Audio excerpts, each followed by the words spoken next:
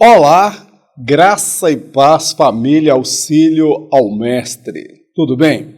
Estamos de volta para mais um programa no projeto Auxílio ao Mestre.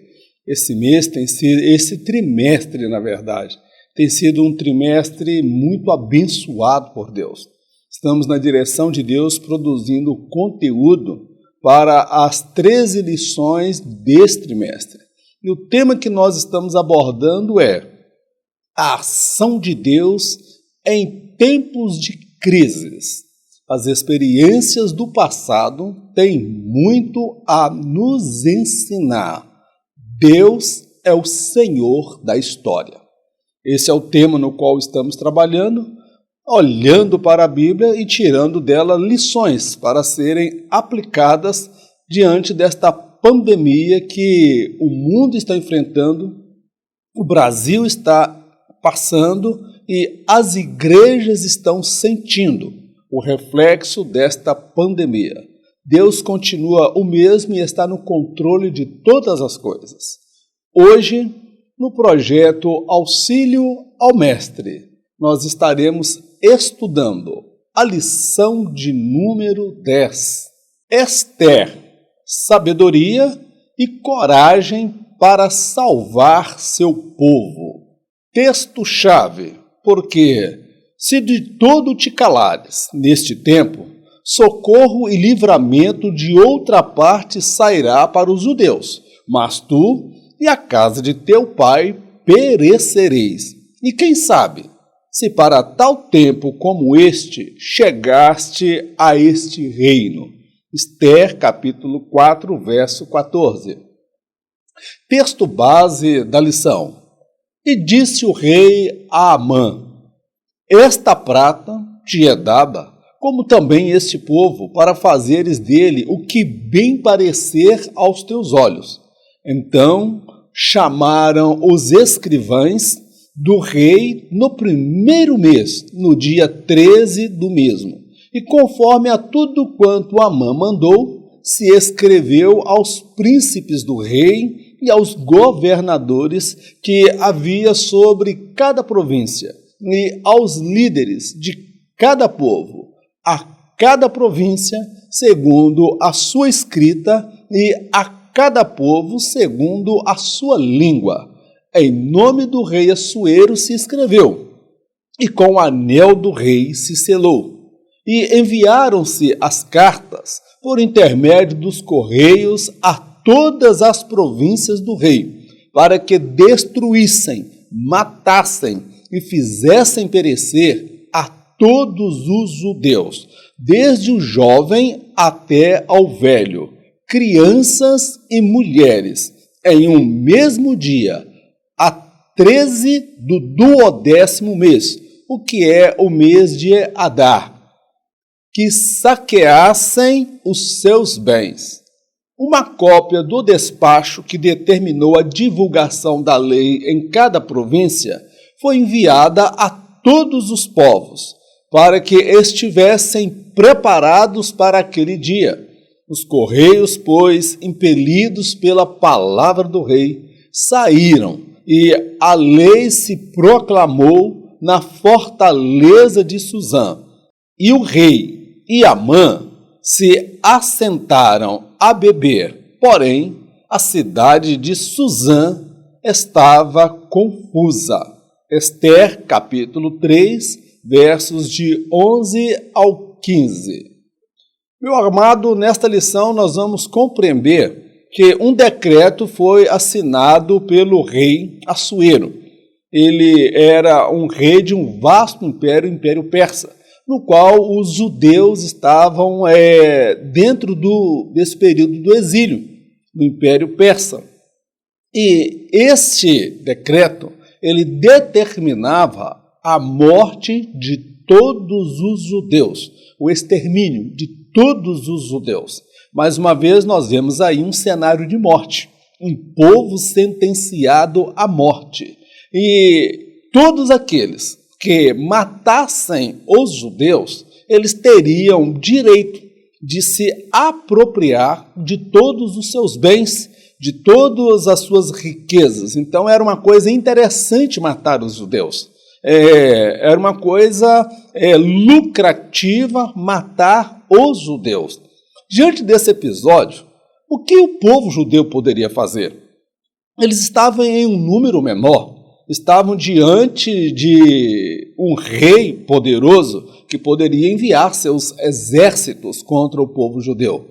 Não restou outro caminho para os judeus que não fosse o caminho da oração, do jejum, pano de saco e clamarem fortemente a Deus.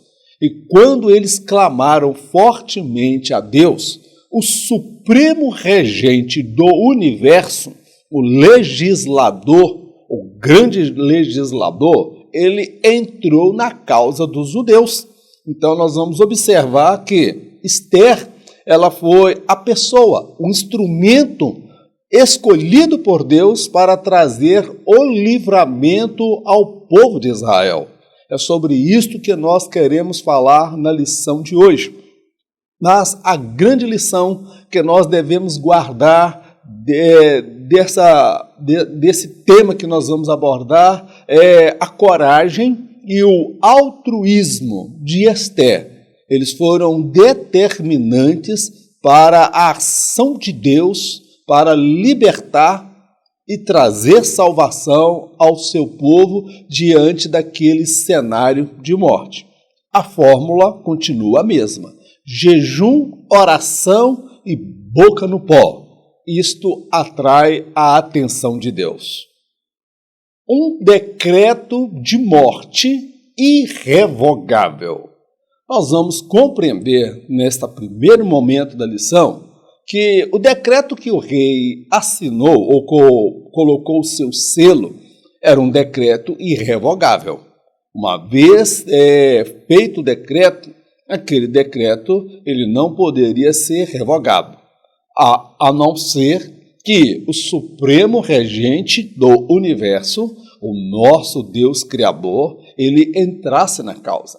E nós vamos ver a angústia e a aflição dos judeus ante a esse decreto.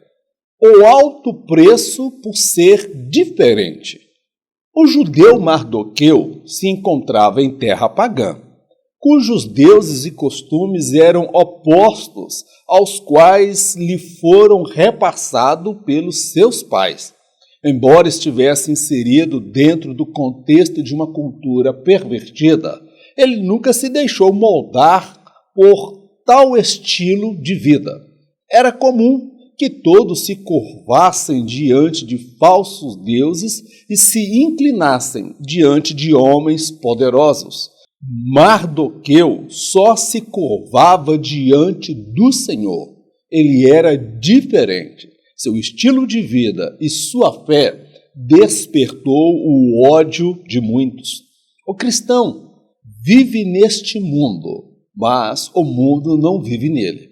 Sua fé e seus princípios estão fundamentadas na palavra de Deus, o qual o chamou para fazer a diferença em um mundo tenebroso. Então, nesse primeiro subtópico, nós compreendemos que Mardoqueu, ele era um homem diferente, que agia diferente no meio de uma sociedade corrompida, uma sociedade pagã, uma sociedade idólatra, uma sociedade pervertida.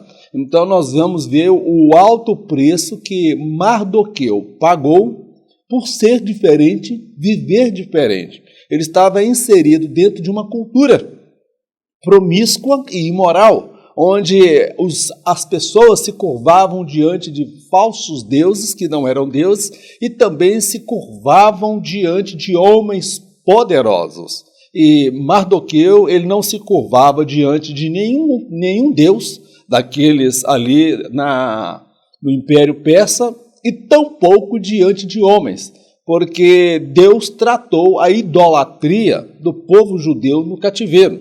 E Mardoqueu, ele sabia, foi ensinado pelos seus pais, que ele jamais deveria se curvar diante de qualquer imagem ou de qualquer pessoa, senão diante do verdadeiro Deus. E o ser diferente para Mardoqueu, irmãos, isso custou um alto preço, porque muitos passaram a odiá-lo na corte real. Muitos passaram a arquitetar contra a sua vida, a denunciar, a entregá-lo de bandeja para que ele pudesse ser aniquilado. Então nós vamos ver que o que desencadeou o desejo de destruir os judeus foi o fato deles agirem diferente, ter um estilo próprio de vida e não se corromper com aquela sociedade pervertida. Meu querido, nós que servimos a Deus, nós estamos inseridos neste mundo, mas o mundo não está dentro de nós, o mundo não deve estar nos nossos corações, porque no nosso coração, amado, nós estamos fundamentados na palavra do nosso Deus, nós temos os valores do reino, os princípios do reino, nós temos um modo de falar, de viver, de agir, de pensar estabelecido pela palavra de Deus. Podemos estar em qualquer lugar, seja na escola, na faculdade, seja em casa, na rua, em qualquer segmento da sociedade. Nós temos que ter o nosso comportamento baseado e fundamentado nos princípios da palavra de Deus. Agora eu quero dizer uma coisa: ser diferente no meio de uma sociedade pervertida, neste mundo tenebroso, é pagar um alto preço. Mas eu posso dizer, vale a pena pagar esse preço. O brilho da luz ofusca e incomoda as trevas. Amã era um dos homens mais ricos e estimado pelo rei. Ele desfrutava do livre acesso ao monarca e todos na corte se inclinavam ante a sua presença. Amã era um verdadeiro ególatra, veneração ou admiração de si mesmo. Seu ego era muito superior à sua grande fortuna.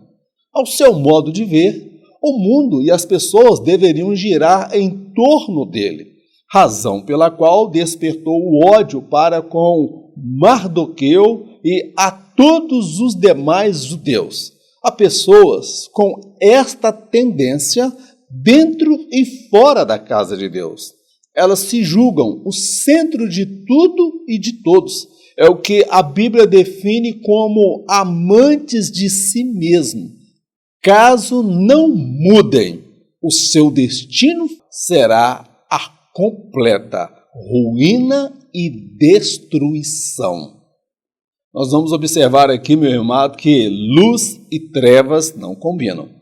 No caso aqui, Amã, ele se sentia incomodado por conta do judeu, chamado Mardoqueu, porque ele estava habituado. Por onde passar, todos se inclinavam perante o poderoso Amã, aquele que tinha livre acesso ao rei. Era o segundo homem mais poderoso no Império Persa, e todos se reverenciavam-no e se curvavam diante dele, exceto um chamado Mardoqueu, porque ele conhecia o Deus vivo. Diante desse episódio, alguém disse para Amã, falou, olha, tem um aí que não está reverenciando, que não se curva diante de você. Quando Amã soube daquilo, irmãos, um ódio entrou no coração dele.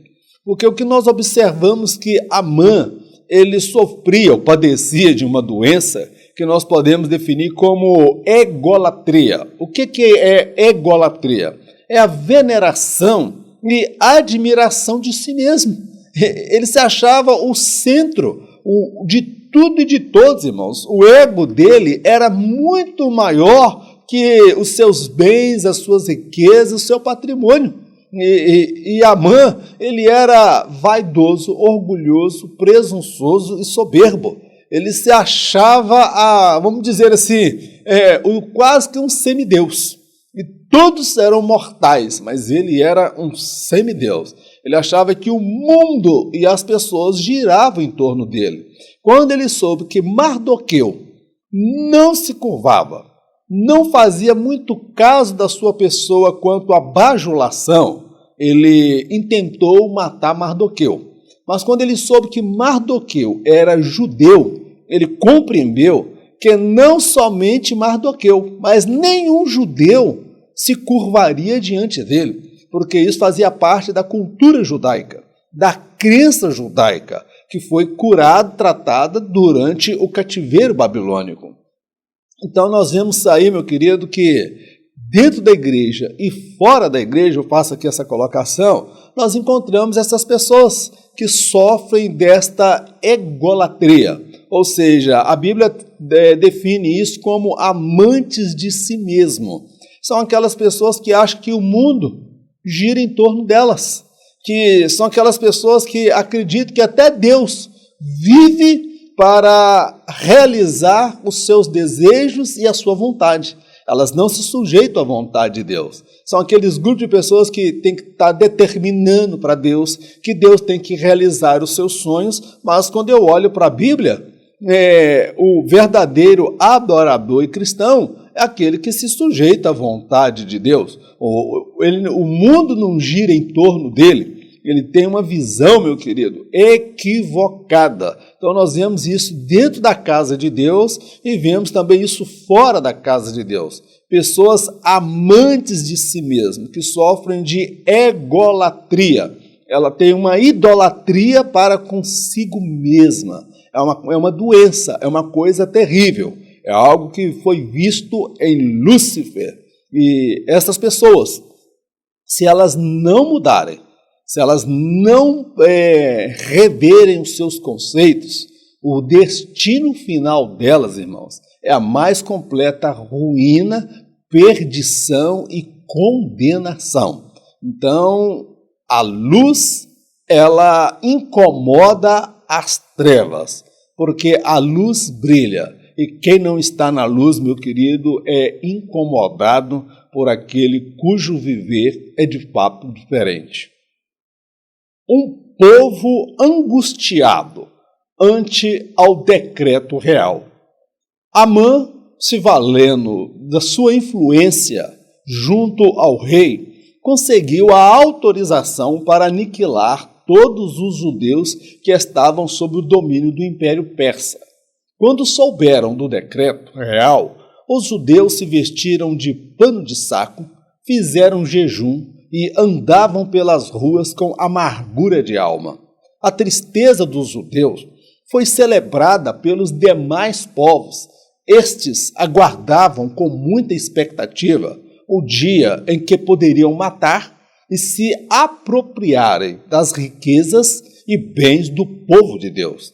Muitas leis hoje são feitas com o propósito de barrar ou até mesmo eliminar o povo escolhido por Deus. As armas de defesa a serem usadas continuam as mesmas, o jejum e a oração. Agora nós vemos aqui, meu irmão, um povo angustiado, um povo em pranto, um povo em choro, porque Amã, por ser uma pessoa influente, o segundo homem mais poderoso do Império Persa, ele conseguiu autorização, ele conseguiu, por intermédio da lei, um decreto com selo real para matar, aniquilar todos os judeus. E os judeus, irmãos, ficaram numa situação complicada. A morte certa já estava determinada o mês e o dia em que eles morreriam. Imagina você saber que você vai morrer, que vão tirar a sua vida. Então, o povo, ele não tinha o que fazer, humanamente falando, mas eles usaram as armas que eles tinham. Eles se valeram do jejum, se valeram da oração para buscar a presença de Deus. Colocaram panos de saco e andavam pelas ruas com amargura de alma. Ou seja, eles estavam clamando a Deus, eles estavam invocando a Deus para Deus mudar aquela situação. Mas o mais interessante dessa história, aquilo que era motivo de tristeza para uns, era motivo de alegria para outros, porque os outros povos que foram autorizados legitimados pela lei para tirar a vida dos judeus, eles teriam direito de se apropriarem dos seus bens. Eles viram ali uma oportunidade, vemos ali o oportunismo. Eles se alegravam, falou, olha, tal dia nós vamos preparar, nós vamos matar esse povo e nós vamos apropriar de todos os bens que eles têm. Nós vamos tomar tudo o que é deles, vai ser nosso. Eles são ricos, eles são prósperos, porque eles servem um Deus vivo. E nós vamos nos apropriar de tudo que eles têm, mas nós vamos aniquilá-los, nós vamos matá-los. Meu querido, nos nossos dias não é diferente. Muitas leis são feitas, estabelecidas, com o propósito de barrar, aniquilar e, às vezes, até matar o povo de Deus, aqueles que andam com o Senhor. Nesse tempo de pandemia, meu irmão, nós vemos aí pessoas torcendo pelo coronavírus, pessoas torcendo pela morte, torcendo pela desgraça, estão politizando, tornando isso como algo político. Mais de 100 mil pessoas morreram nesta nação, de milhões e milhões foram desviados em dinheiros que deveria ser investido na saúde, em respiradores. Então, há sempre aqueles que vão procurar tirar vantagem na miséria alheia. E o povo judeu estava passando por isso. Meu querido, nós que servimos a Deus, nós guerreamos com armas espirituais. Por intermédio do jejum, por intermédio da oração, nós invocamos a Deus e Deus, no devido tempo, Ele traz a resposta. Nós não devemos botar a nossa confiança em Brasília, no Congresso, no Senado, no STF ou no Legislativo, no Executivo. A nossa confiança, ela tem que estar plenamente firmada em Deus, porque Ele pode resolver todos os nossos problemas. O altruísmo e coragem de uma mulher. Nesta sessão, nós vamos compreender, nesse momento da lição, que o altruísmo, o que é altruísmo? É a capacidade de esquecer de si mesmo e lutar em prol de outros, lutar em prol de uma causa. Então, nós vemos da parte de Esther, uma mulher de coragem, uma mulher que não lutou pelos seus interesses, ela lutou para salvar vidas. Então, esse altruísmo e a coragem de Esther foram determinantes para o mover de Deus para salvar milhares, se não milhões de judeus espalhados pelo vasto império persa. Esther, sujeitando-se ao projeto de Deus. Esther era uma bela jovem que viveu no período do exílio na Pérsia. Seu primo a criou como filha. Desde cedo, o sofrimento e a dor fizeram parte da sua realidade. Por ser submissa e grata ao seu primo, ela decidiu participar da escolha da nova rainha para o rei. Esther viveu em função do propósito de Deus para a sua vida. Para isto, ela teve que sacrificar seus sonhos, unir-se a um homem beberrão, mulherengo, pagão e idólatra, não fazia parte dos seus planos.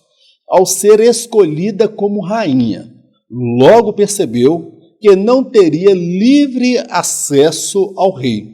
Por vezes, a solidão seria sua companheira. A verdadeira fé leva o crente a sujeitar-se incondicionalmente ao Senhor.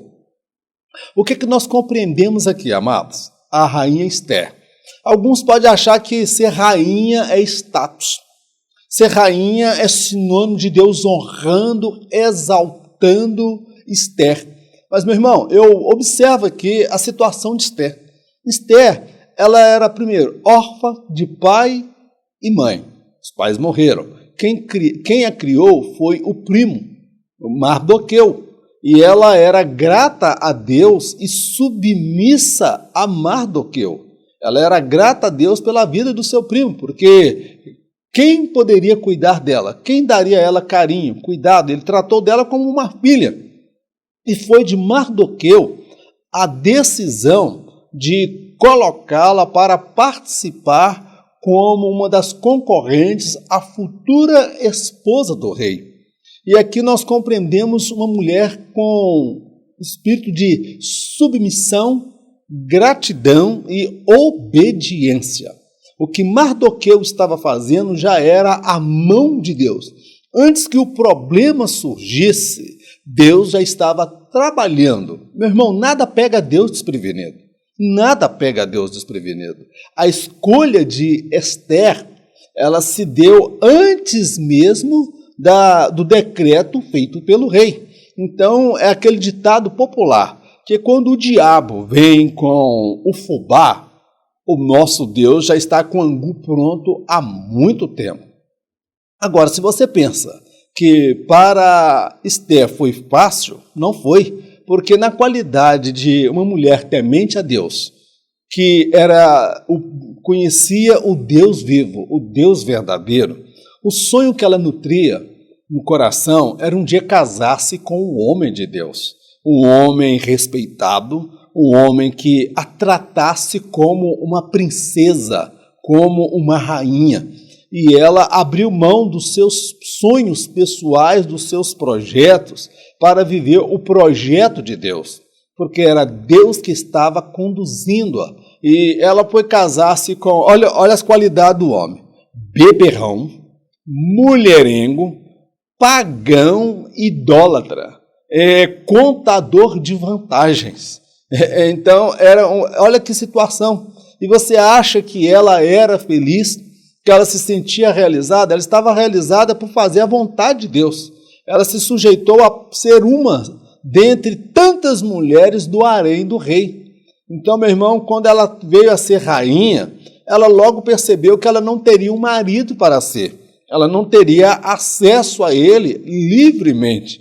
Você, minha irmã, é mais feliz do que a rainha Esther enquanto mulher, porque você tem acesso ao seu marido. Ela, para ter acesso ao marido, um rei pagão, beberrão, entendeu? Idólatra, ela tinha que orar, jejuar e orar para não morrer. Porque se entrasse diante dele sem autorização, sem aviso prévio, meu irmão, ela poderia morrer. Olha o que aconteceu com a rainha Vasti, que não quis comparecer diante do rei. Ela foi deposta. Então, meu querido, nós precisamos rever a partir de Esther o que é fé. A verdadeira fé, irmãos, não é Deus fazer a minha vontade.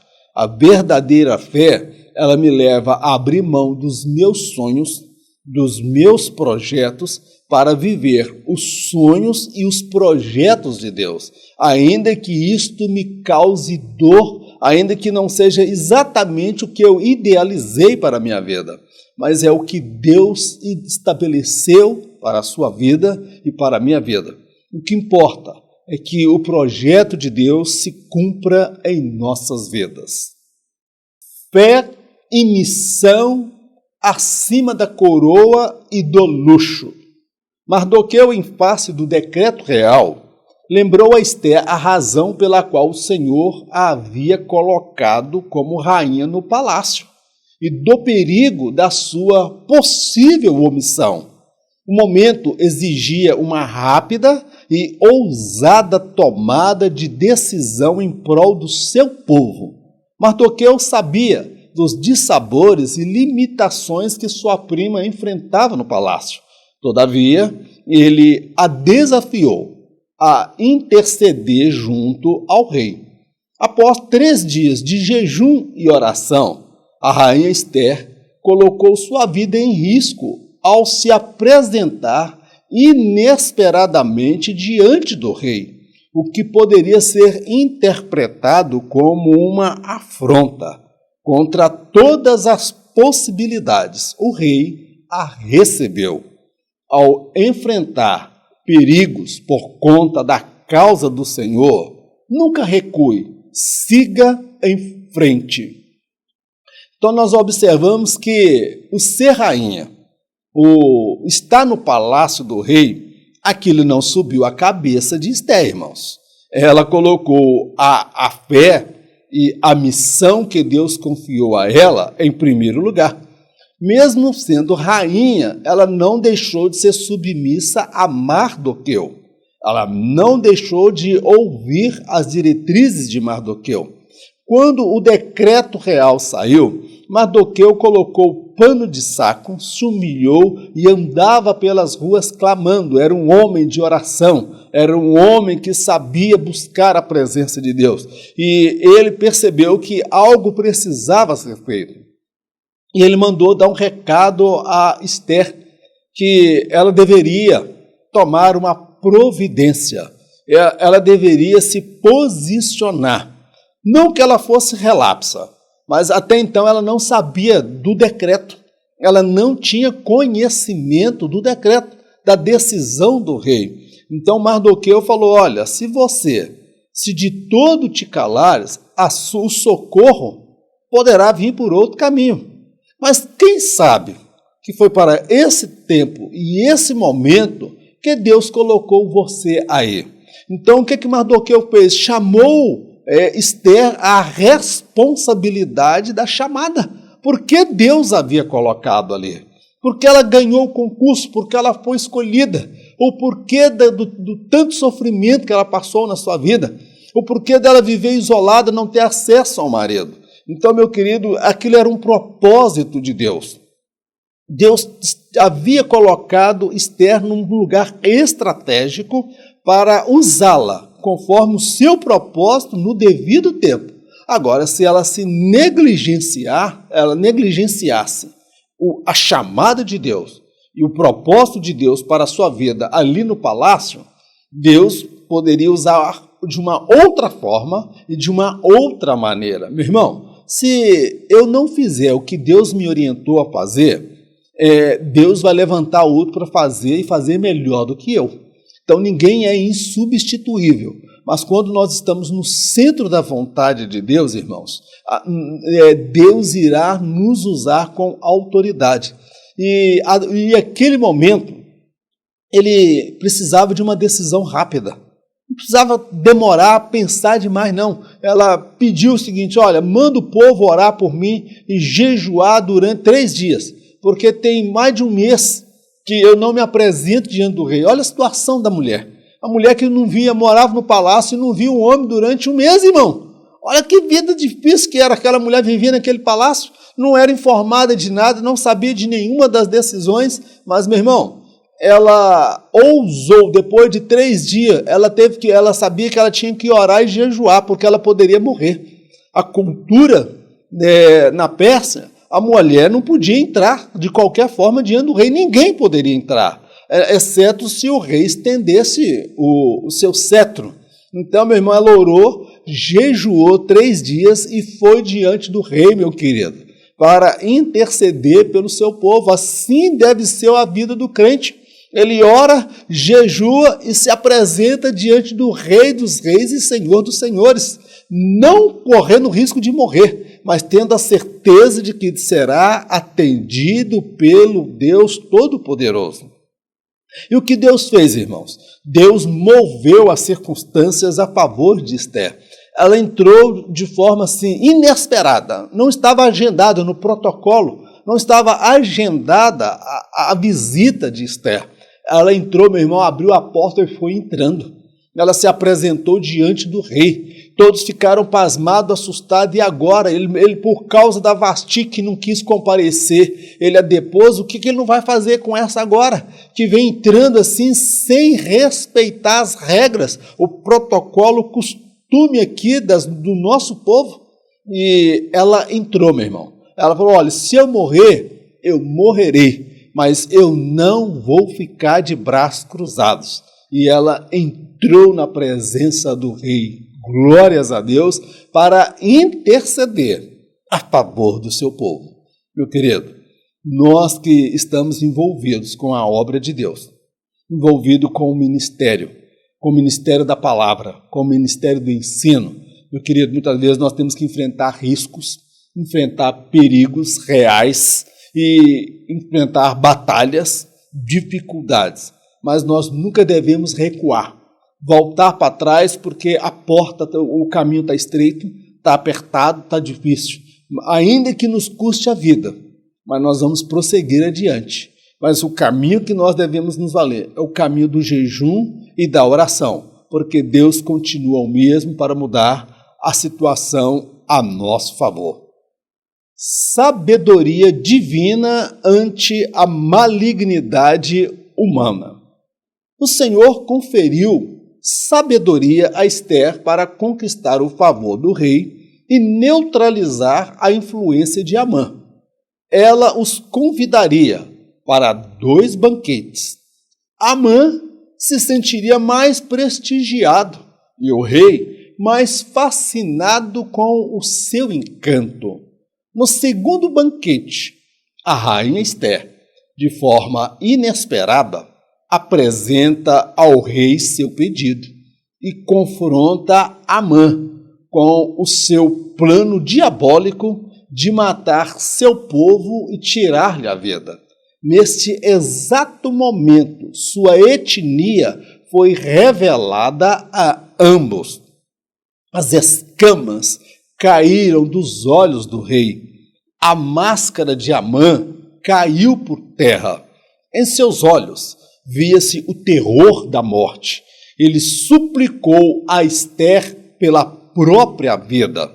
O rei, tomado de ira, mandou que o enforcassem na própria forca que fizera. Meu querido, parece enredo de um filme. Parece até um enredo de um filme.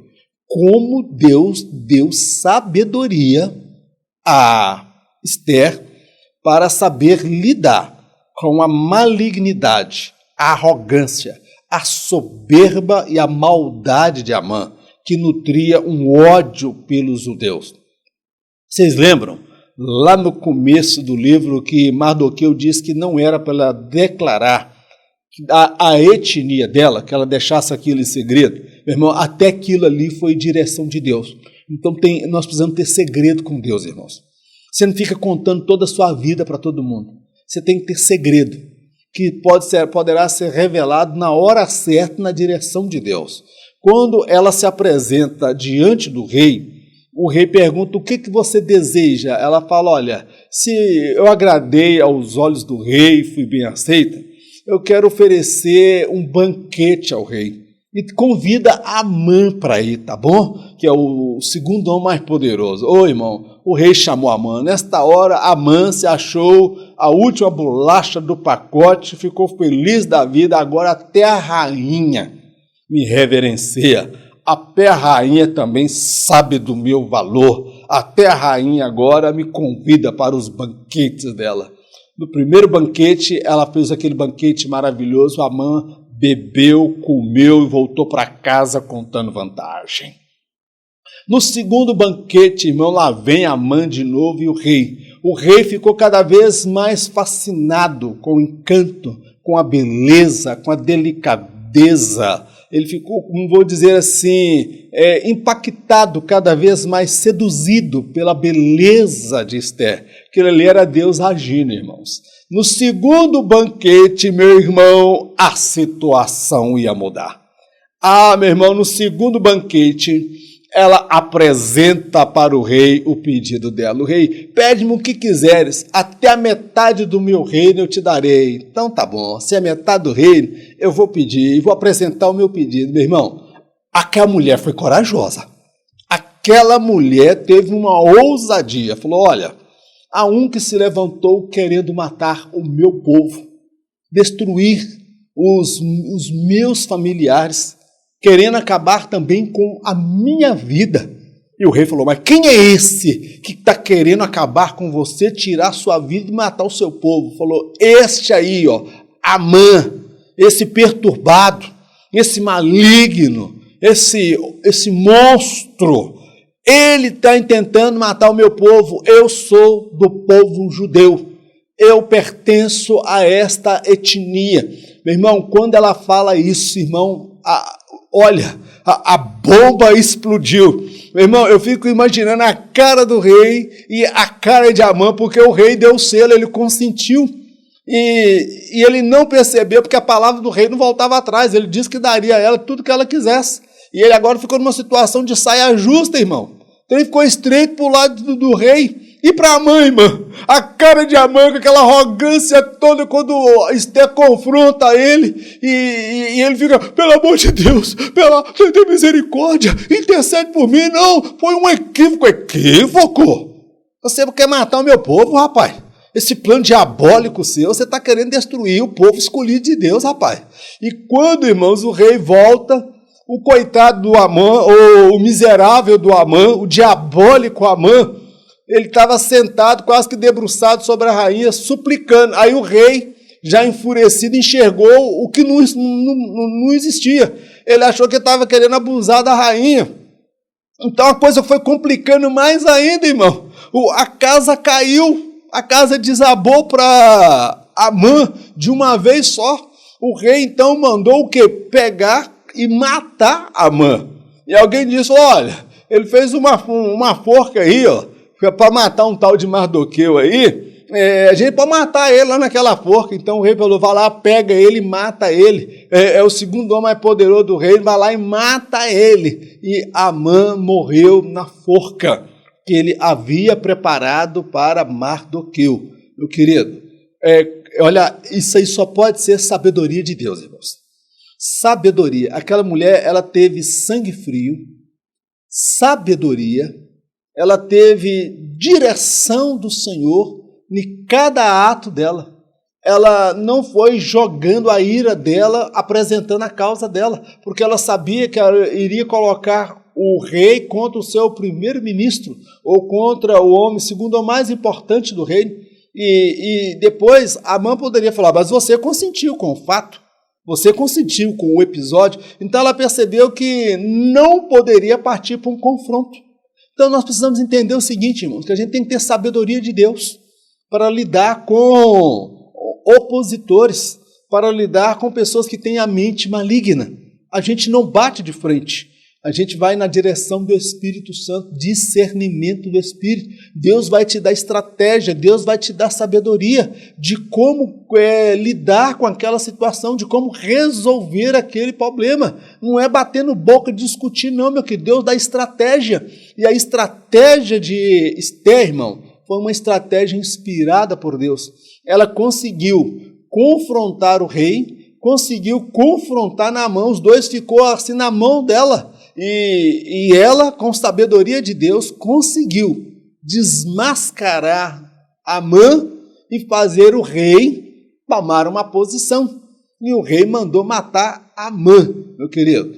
Esse é o Deus que nós servimos. Quando tudo parece não ter solução, Deus está no controle de tudo, coordenando tudo, dando sabedoria e inspiração para superarmos os momentos mais difíceis da nossa caminhada. O socorro divino em resposta ao clamor do povo. Nós vemos que o povo, quando recebeu o decreto do rei, o povo clamou a Deus. O povo se humilhou diante de Deus. O povo andava em amargor, irmão. Não é aquela oração de chama-gato, não, irmão. Não, irmão. É aquela oração com a alma, é aquela oração de luto, é a oração de quem vai morrer, irmão. É a oração de quem está à beira da morte com a data marcada para morrer, meu querido. O povo, ele clamou a Deus e o socorro divino veio, irmãos. A resposta de Deus veio. É o que nós vamos compreender nesta sessão agora. Como foi que Deus operou, como foi que Deus respondeu à oração do povo. Como nós devemos nos portar diante do Senhor, diante desta pandemia.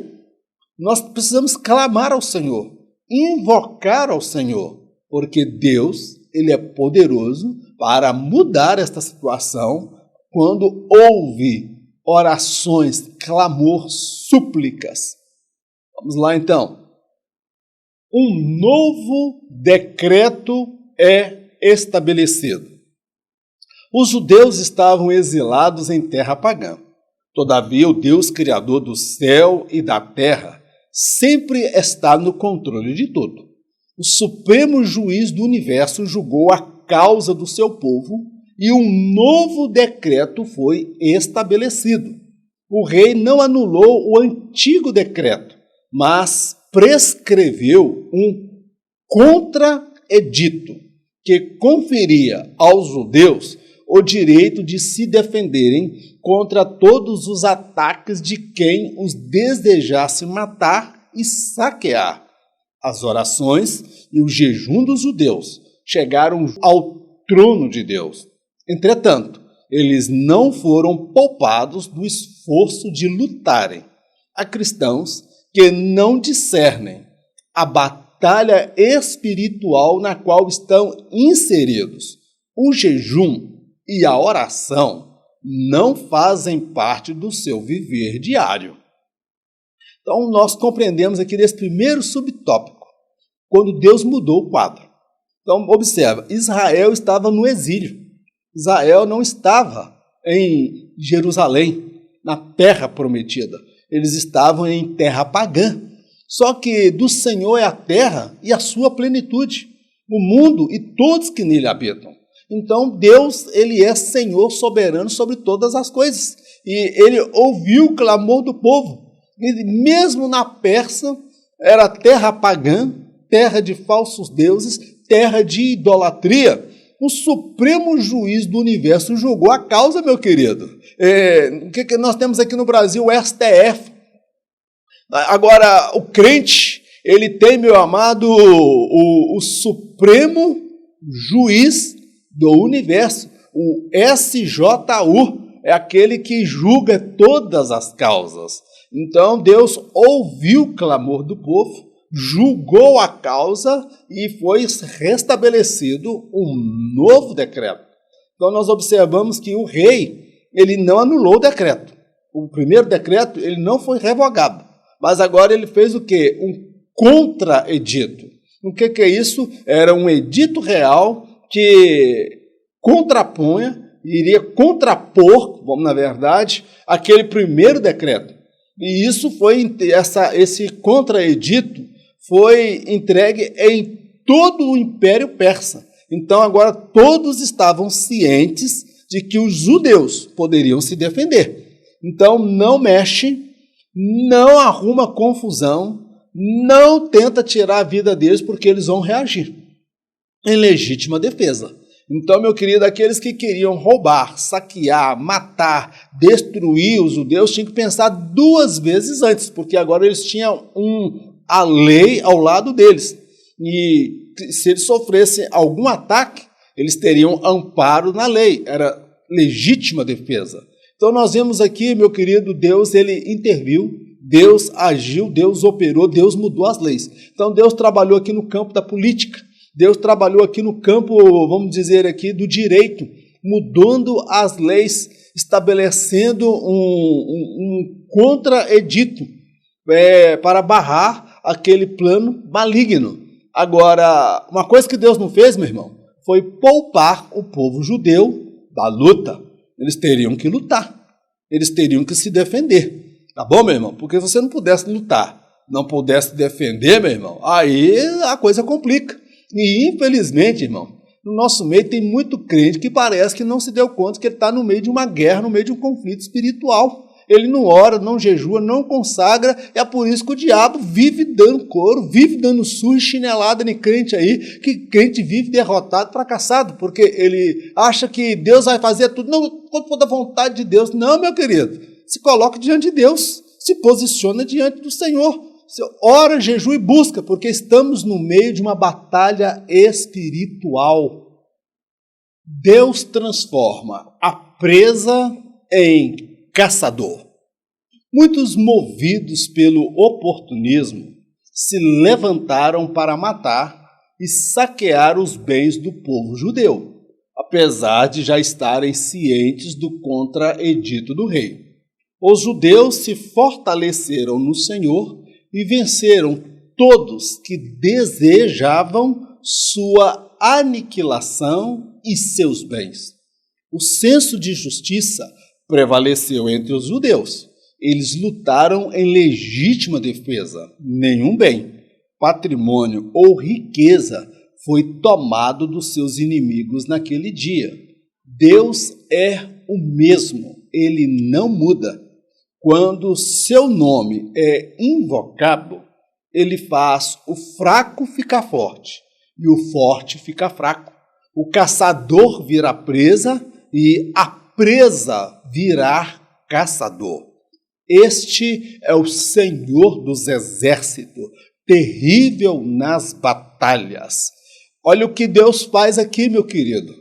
É como se as ovelhas estivessem sendo ameaçadas pelo lobo voraz e Deus dá autoridade, unção, ousadia e as ovelhas que seriam presas, elas se tornam agora, meu irmão, predadoras, caçadoras. Então o que nós vemos aqui? Que a caça, que seria os judeus, que todos estavam aguardando com expectativa a oportunidade de matar os judeus e saquear os seus bens, meu querido, esse povo se fortaleceu no Senhor, quando veio contra Edito, uma decisão real, que a rainha era também pertencente ao povo judeu, esse povo tomou coragem, irmão. O espírito desse povo se renovou. O povo não estava mais cabisbaixo, lamentando o leite derramado, não. O povo agora estava de cabeça em pé. Agora surgiram os oportunistas de plantão, irmão. Aqueles que se aventuraram, sabendo que já existiam contra Edito. E eles foram para cima dos judeus na expectativa de matar e se apropriar dos seus bens. O que os judeus fizeram, irmão? Eles se defenderam, eles guerrearam. Então, meu querido, nós vemos ali um povo que outrora estava angustiado, desesperado, aflito, andando pelas ruas com amargura de alma, um povo agora lutando, um povo vencendo, um povo derrotando os seus inimigos, aqueles que desejavam o seu mal, aqueles que desejavam aniquilar, aqueles que desejavam se apropriar dos seus bens. O que eu acho mais impressionante no relato bíblico é que o escritor ele dá uma ênfase ao afirmar que aqueles que morreram, que os judeus em legítima defesa se defenderam e lutaram contra eles, os judeus não se apropriou de nenhum dos bens deles. Os judeus não fizeram aquela guerra, não foram os judeus que tomaram a iniciativa, foi uma legítima defesa. Eles não se enriqueceram às custas da miséria alheia, irmãos. Tudo que os judeus tinham era fruto de trabalho, era fruto da bênção de Deus na vida deles, meu querido. Então, meu querido, quando Deus quer agir, ele faz, meu querido, leão ficar covardado diante de ovelha. Quando Deus quer agir, ele pega o fraco e faz o fraco ficar forte. Ele pega o forte e faz o forte ficar fraco. Lembra de Davi e Golias? Pegou o menino que colocou uma pedra na funda e lançou a pedra. E quando ele lança aquela pedra, meu irmão, acho que Deus deu até um sopro naquela pedra, e aquela pedra cravou na testa do gigante. A pedra caiu, então nós vemos ali o pequenininho vencendo o grandão. Isso aí é o Senhor dos exércitos, meu querido. Quando ele entra na guerra, ele determina quem vai ganhar e quem vai ser vencido. Então, meu querido, esse é o Deus que nós servimos. Então, nós devemos confiar no Senhor, porque nós não somos um povo sem amparo, nós não estamos à mercê da nossa própria sorte, embora Amã e o rei Xerxes, o rei Assuero, que era o título que ele tinha, eles decidiram isso, meu irmão, lançando sorte, como se pudesse determinar a vida daquelas pessoas. E Deus mudou a situação. Meu querido, este é o Deus que nós servimos. Este é o Deus que nós buscamos. O Deus Todo-Poderoso, Jeová Sabaote, o Senhor dos exércitos, o Deus terrível nas batalhas, o Deus que fortaleceu seu povo estando em terra pagã. um Deus que mudou leis, mudou decretos, porque Ele é o dono, Ele é o Senhor, soberano sobre todas as coisas. Ele é o supremo juiz do universo. Glórias ao nome do Senhor. Quando a justiça humana lhe faltar, busque a justiça divina, porque esta nunca falta. E os oportunistas de plantão que querem se apropriar daquilo que é do povo de Deus, eles verão o seu próprio fracasso, eles cairão, tombarão, envergonhados, humilhados diante do Senhor dos Exércitos, aleluia, porque esse Deus que nós servimos, Ele faz a presa virar caçador, e o caçador virar presa. Quem ri por último, ri melhor. Os judeus teve o tempo de chorar, mas eles tiveram o tempo de celebrar. Glórias a Deus. Se hoje você está chorando, continue caminhando com o Senhor, porque haverá um momento em que você vai celebrar, que você vai adorar, que você vai exaltar, que você vai fazer como Miriam, você vai saltar e dançar diante desse Deus Todo-Poderoso. Glórias ao nome do nosso Deus. Purim, da angústia da morte à celebração da vida. Após a grande vitória e livramento vindo da parte do Senhor, o povo judeu passou a comemorar o Purim todos os anos. Esta palavra tem um significado de sorteio. Os intentos de Amã contra o povo de Deus se voltou contra ele e toda a sua casa. A forca que ele fez foi inaugurada por ele e depois pelos seus 10 filhos. A rainha Esther foi um instrumento de Deus para mudar a sorte do seu povo. Sua coragem e seu altruísmo têm sido relembrados todos os anos por milhões e milhões de judeus. A obediência e submissão a Deus sempre conduzirá o salvo a cantar e celebrar as grandes vitórias diante de inimigos muito mais poderosos e influentes que ele. Glórias ao nome do nosso Deus. Meu querido, que coisa linda, maravilhosa. A partir daquele episódio, todos os anos o povo de Israel, o povo judeu, celebrou o Purim. A palavra Purim vem de pur, sorte. Purim, ela significa sorteio. Lançaram sorte para ver em que mês e dia que os judeus seriam eliminados. Só erraram numa coisa: esqueceram de consultar a Deus.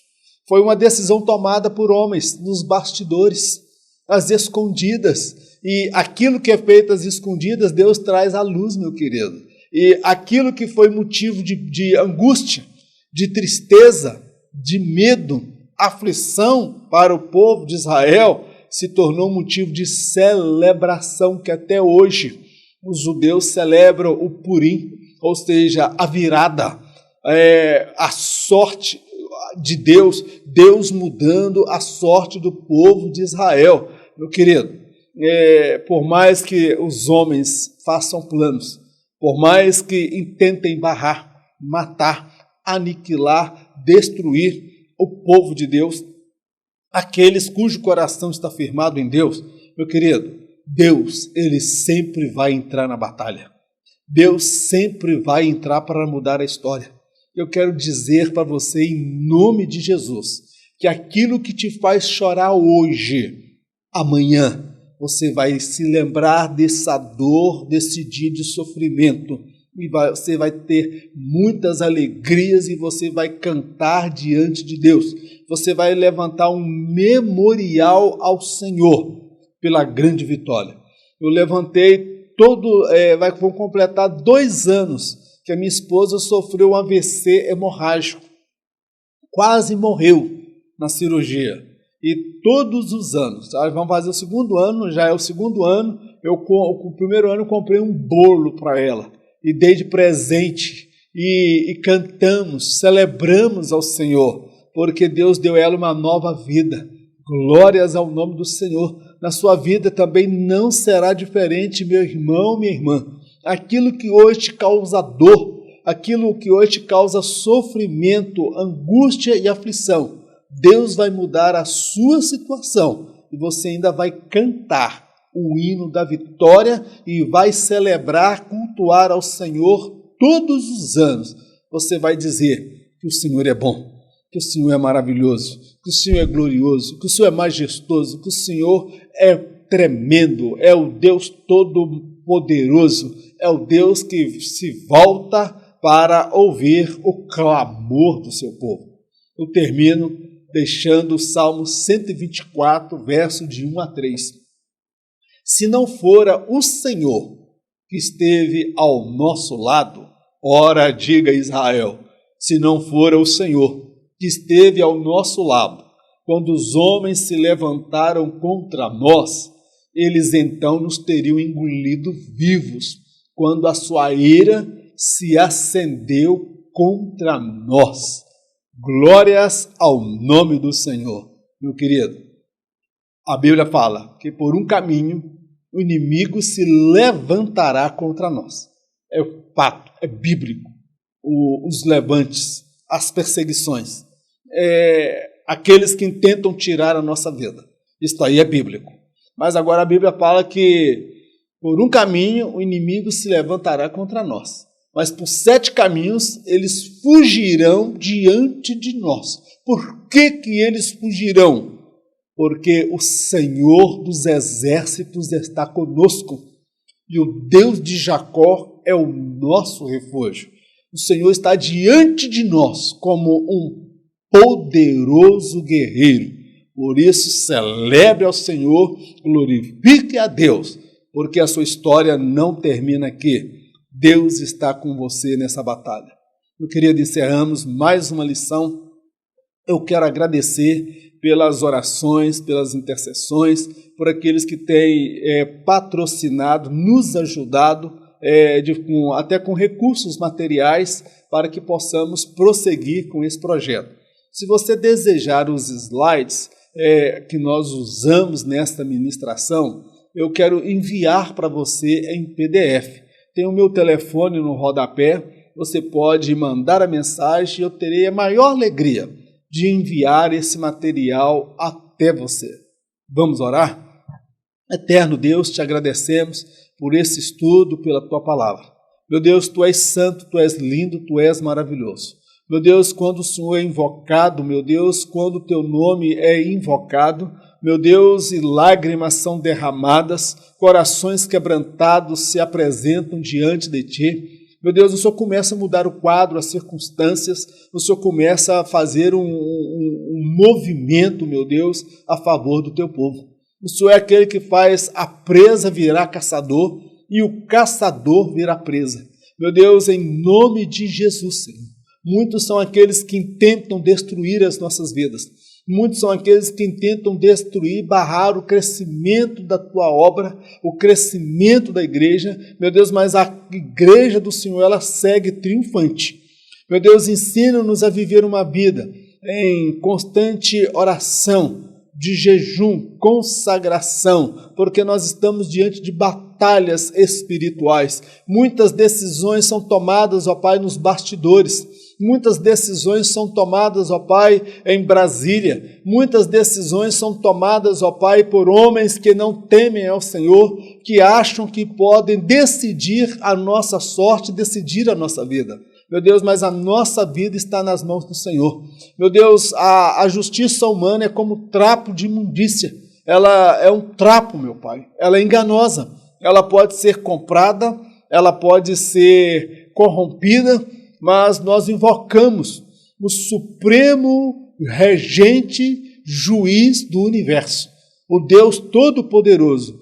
Julga a causa do teu servo, julga a causa da tua serva. Guarda-nos, proteja-nos, muda esta situação e dá-nos a bênção e a vitória.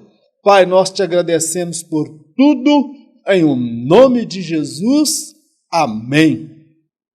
Que o grande amor de Deus, a graça do nosso Senhor e Salvador Jesus Cristo, as doces consolações do Espírito Santo de Deus, seja com o povo de Deus, não somente hoje, mas para todos sempre. Em nome de Jesus, amém. Fique na paz, Deus te abençoe, em nome de Jesus. E em caso de arrebatamento, eu não estarei aqui para ministrar a próxima lição. Mas eu tenho a certeza e me alegro, porque nem eu e nem você estaremos aqui para a próxima lição. Porque em caso de arrebatamento, nós nos encontramos com o nosso Senhor por sobre as nuvens. Fique na paz, Deus te abençoe, em nome de Jesus. Amém.